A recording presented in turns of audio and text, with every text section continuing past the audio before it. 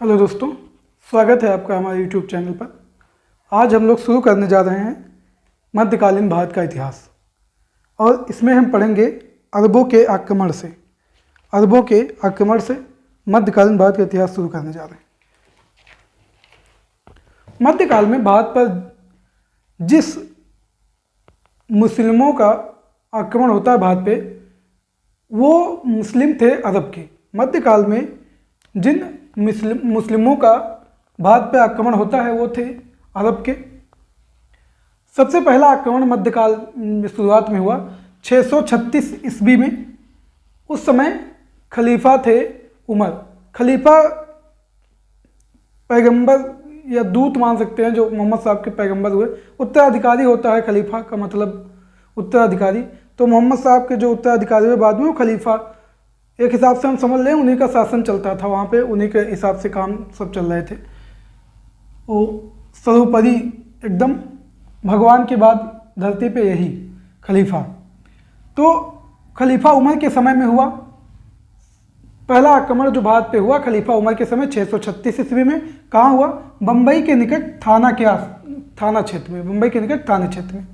इस समय भारत में पुलकेशिन द्वितीय और हर्षवर्धन का क्षेत्र शासन चल रहा था जिस समय ये 636 में आक्रमण हुआ। ये असफल आक्रमण था, सफल नहीं हुआ। पुनः थोड़े दिन बाद फिर प्रयास किया गया 647 ईस्वी में। खलीफा बदल चुके थे, खलीफा उस्मान आ गए थे, इनके समय में हुआ। ये भी आक्रमण असफल रहा। कुल मिला के दोनों आक्रमण ये असफल रहे। अब इसके बाद थोड़े दिन आराम करने लगे लोग, फिर नहीं आक्रमण हुआ बीच में भी। अब खलीफा हुए सीरिया के उमैद वंश के अल वालिद। खलीफा हुए सीरिया के उमैद वंश के अल वालिद। उनके समय में ईरान के गवर्नर थे हज्जाज। खलीफा सीरिया के उमैद वंश के खलीफा हुए अल वालिद, और इन्होंने ईरान का एक गवर्नर नियुक्त रखा था हज्जाज। ईरान के गवर्नर थे इनके समय में हज्जाज। ये ईरान के इनके गवर्नर थे। इन्होंने 711 ईस्वी में सिंध क्षेत्र में आक्रमण करने के लिए भेजा दो लोगों को, उबैदुल्लाह और बुदैल को। 711 ईस्वी में सीरिया के उमैद वंश के खलीफा अल वालिद के समय इनके ईरान के गवर्नर हज्जाज ने दो लोगों को सिंध क्षेत्र में आक्रमण के लिए भेजा, उबैदुल्लाह और बुदैल को। ये लोग सफल नहीं हुए, ये आए, इनका भी आक्रमण असफल रहा। फिर जो है 712, एक साल बाद इसके 712 ईस्वी में अल वालिद के समय में ही मोहम्मद बिन कासिम के नेतृत्व में आक्रमण हुआ सिंध क्षेत्र में, और यह अरबों का पहला सफल आक्रमण था। तो अरबों का पहला सफल आक्रमण कब हुआ? 712 में मोहम्मद बिन कासिम के समय। यह याद रखना, मोहम्मद बिन कासिम के समय हुआ। और जो प्रथम मुस्लिम थे भारत पे आक्रमण करने वाले, कहाँ के थे? अरब के। ये हो गया। अब इस अरब सिंध की जो सिंध पे आक्रमण हुए अरबों के, इसकी जानकारी हमें कहाँ से मिलती है? तो इसकी जानकारी हमें मिलती है चचनामा से। चचनामा एक अरबी भाषा में लिखा गया ग्रंथ है। इसके लेखक अज्ञात हैं, पता नहीं किसने लिखा। यह 8वीं शताब्दी में लिखा गया, और इससे हमें सिंध पर अरबों के विजय के विषय में पूरी जानकारी मिलती है। एक और दूसरी पुस्तक है तारीख़ सिंध, इससे भी कुछ जानकारी मिलती है। ये लिखी थी मीर मोहम्मद मासूम ने, इनकी भी पुस्तक से जानकारी मिलती है। तो मुख्य स्रोत जो है सिंध पर अरबों की विजय का चचनामा है।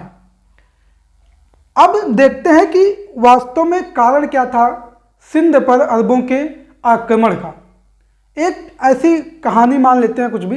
ये माना जाता है कि 708 ईस्वी के आसपास श्रीलंका से अरबों का एक जहाज जा रहा था। श्रीलंका से होते हुए अरबों का एक जहाज जा रहा था अरबों का। तो सिंध क्षेत्र में देवल बंदरगाह के पास, सिंध क्षेत्र में कराची के पास है देवल बंदरगाह। तो सिंध क्षेत्र में देवल बंदरगाह के पास उस जहाज को डाकुओं ने लूट लिया। तो ईरान के गवर्नर हज्जाज ने उस समय के तत्कालीन शासक, सिंध के शासक दाहे से संपर्क किया, फोन किया होगा अपना, मिलाया, पूछा, बताया कि ऐसा है सिंध क्षेत्र में हमारा एक जहाज लूट लिया गया है, उन डाकुओं को हमें सौंप दो। दाहिर ने बताया कि वो जो डाकू लूट ले गए हैं वो हमारे अधिकार क्षेत्र में क्षेत्र ही नहीं आता। हज्जाज ईरान के गवर्नर थे, उनको इस बात पे क्रोध आया। ये कहा जाता है कि उस लिए भी सिंध क्षेत्र पे आक्रमण किया गया। ये तो हो गया तत्कालीन वजह। लेकिन इसकी मुख्य वजह ये थी, अरब के जो भी आक्रमणकारी थे, जो पहले भी आक्रमण किए, वो मुख्य रूप से केवल सिंध पर इसलिए आक्रमण करना चाहते थे, वो यहाँ की धन प्राप्ति के लिए, वो धन लूटना चाहते थे सिंध क्षेत्र से। मुख्य कारण ये था धन प्राप्ति।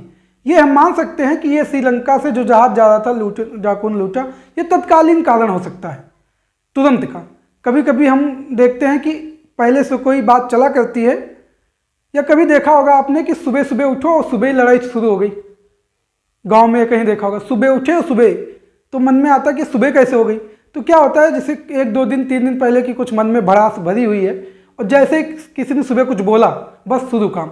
तो वैसे ही ये श्रीलंका में डाकुओं वाला ये तत्कालीन कारण हो गया युद्ध का, लेकिन असली वजह थी धन प्राप्ति, यहाँ से धन लूटना।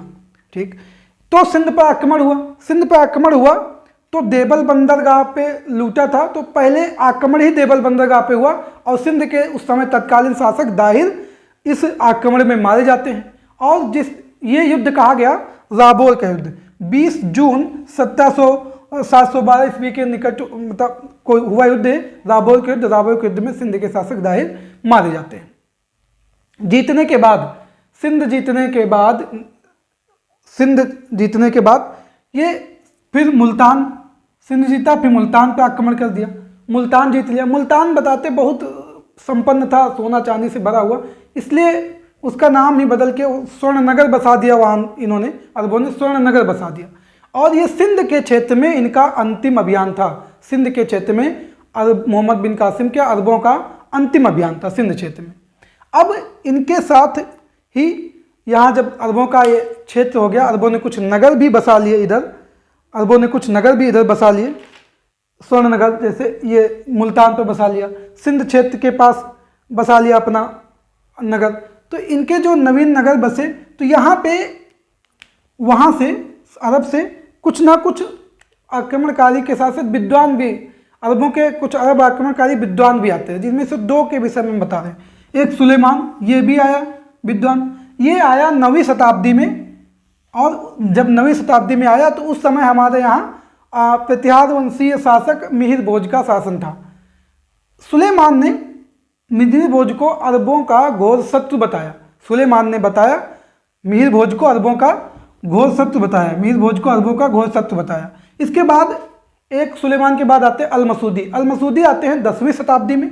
10वीं शताब्दी में प्रतिहार वंशी शासक महिपाल के समय, प्रतिहार वंशी शासक महिपाल के समय।